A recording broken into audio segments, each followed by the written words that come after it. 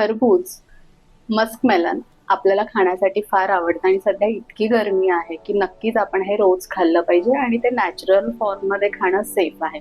आपल्याला ते दुधामध्ये मिक्स करून सरबत टाईपमध्ये बनवून घ्यायचं नाहीये, कट करून आपण खाऊ शकतो.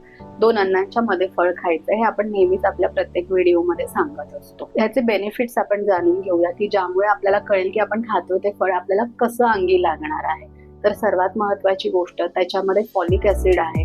ज्या प्रेग्नंट लेडीज आहेत गरोदरपणामध्ये त्या नक्की हे सेफली खाऊ शकतात. त्यांची हेल्दी प्रेग्नन्सीसाठी ते हेल्प करतं.